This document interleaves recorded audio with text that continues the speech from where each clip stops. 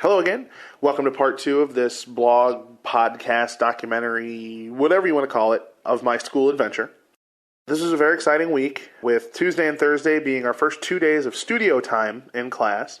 We got a chance to become familiar with the studio soundboards and listening to ourselves talk on Tuesday.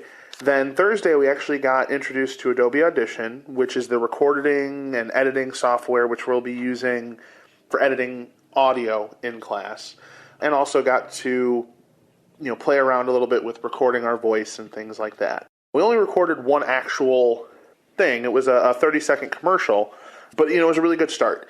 We got a chance to make sure our levels were correct and do things like that. So it was a really informative way that, even though we didn't necessarily know what we were doing, it was certainly a good start again. So the two most exciting things that I got to do this week were actually kind of more television related. Tuesday, Jill Bastain, who is an ICB graduate, and she currently works at NBC5, she came in and gave a presentation kind of about, her job, which is working at the news desk, kind of, researching, picking what stories will be covered each day, that type of thing. And also some of the opportunities that she's had as an ICB grad. We get these speeches quite a bit from former graduates, people in the industry, coming in to tell us what their experiences were and things like that. And what was really cool about Jill's is that because of what she's done with NBC5, she's actually won 3 Emmys, and she was able to bring one in when she did the speech. So I got to, hold a real life Emmy, which actually was, it was awesome. But just if nobody's ever held one, because it's not exactly something everybody does, it was actually a lot heavier than it looks. So that was really neat. I got to take a picture with her, which I'm not sure if Courtney, who is a kind of our school director of kind of the curriculum, I'm not sure if he actually was able to get that up onto the website, but it was supposed to go onto the school website. So that's going to be kind of neat. The second cool thing actually happened tonight, which is Sunday, of course.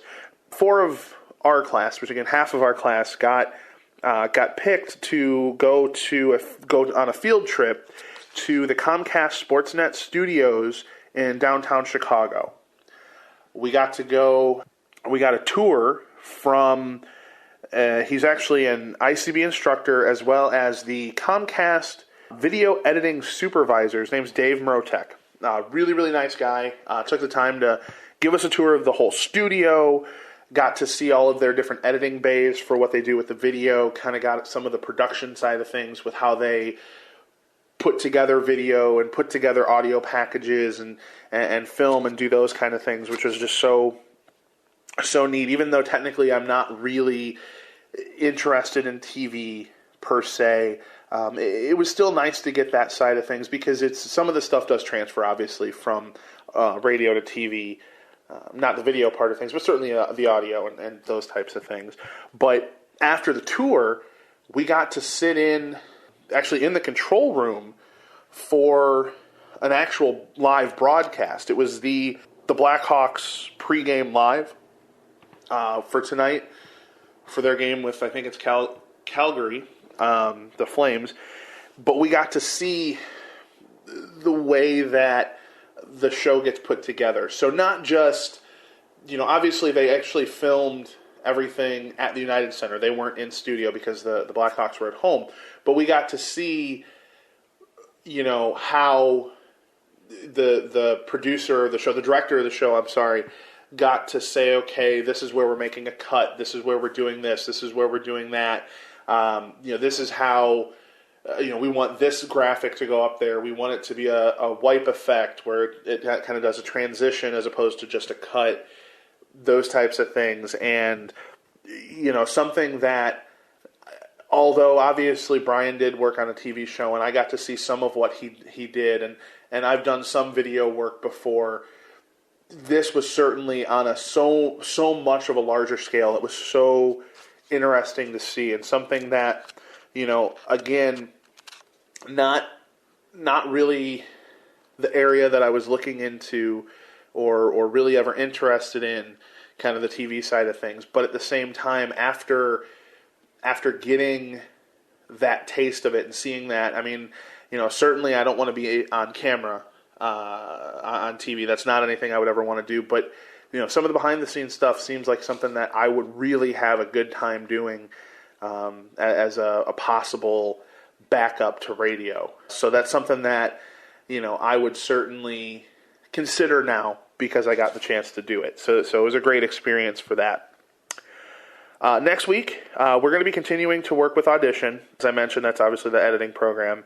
And we're going to learn some of the more advanced features. Really all we did this time was just kind of record audio.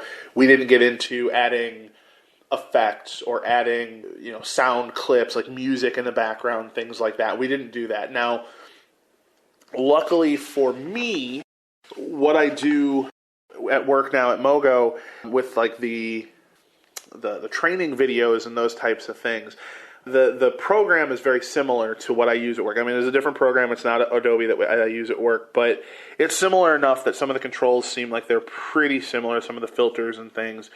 So I kind of have, I think, a little bit of a leg up on some of the people there in that I've used something very similar. And because of that, it's going to be interesting for me to do some of that stuff and put music behind an ad that we do or stuff like that, because that's another kind of career opportunity that's out there. Putting together those kind of promo packages and things like that.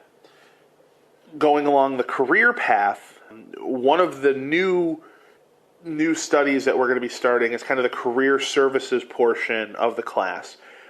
We're going to start working on gearing our resumes and creating cover letters so that they are tailored for broadcasting. Again, whether TV or video or TV or radio, sorry, doesn't really matter. Obviously I've had a resume for a long time, but of course my resume is geared towards customer service or banking, those types of things, because that's what I have experience doing. They're going to be helping us to get all that stuff to be tailored for looking for the next part of it, which is internships, because we can officially start applying for internships starting at the end of the week. That being said, hopefully by our next episode, I will have made some headway in the internship front. Going to be applying for basically anybody that'll have me. Of course, as is the case with a lot of the students in the class, because we are nights, obviously there's a reason for that, and the reason being is that most of us do have, full-time day jobs, as I certainly do. So obviously it's not going to be something where I can, just do an internship whenever. So they are going to have to, unfortunately, work a little bit around my schedule. But I do have the weekends, so I'm going to be applying. There's actually a station that's actually 4 stations owned by the same media group in Joliet that is probably about 15 minutes from the house. So that's one of the the places that I'm going to look really hard for an internship because it's so close and it'd be so perfect. And that, hopefully, like I said, I will have a little more information and hopefully possibly have that internship already set up by the time I do the next episode, so I would be able to update you on that. But really, until then, I mean, that's kind of it for me. So thanks once again.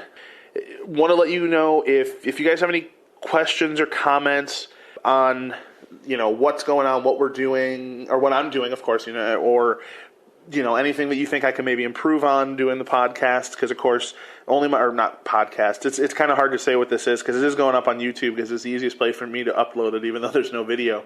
But anything that I can improve on, any critiques that you have, I'm very much open. I take constructive criticism very well. I have very thick skin. I can take anything. So send it my way, because the only thing it's going to do is make me be better.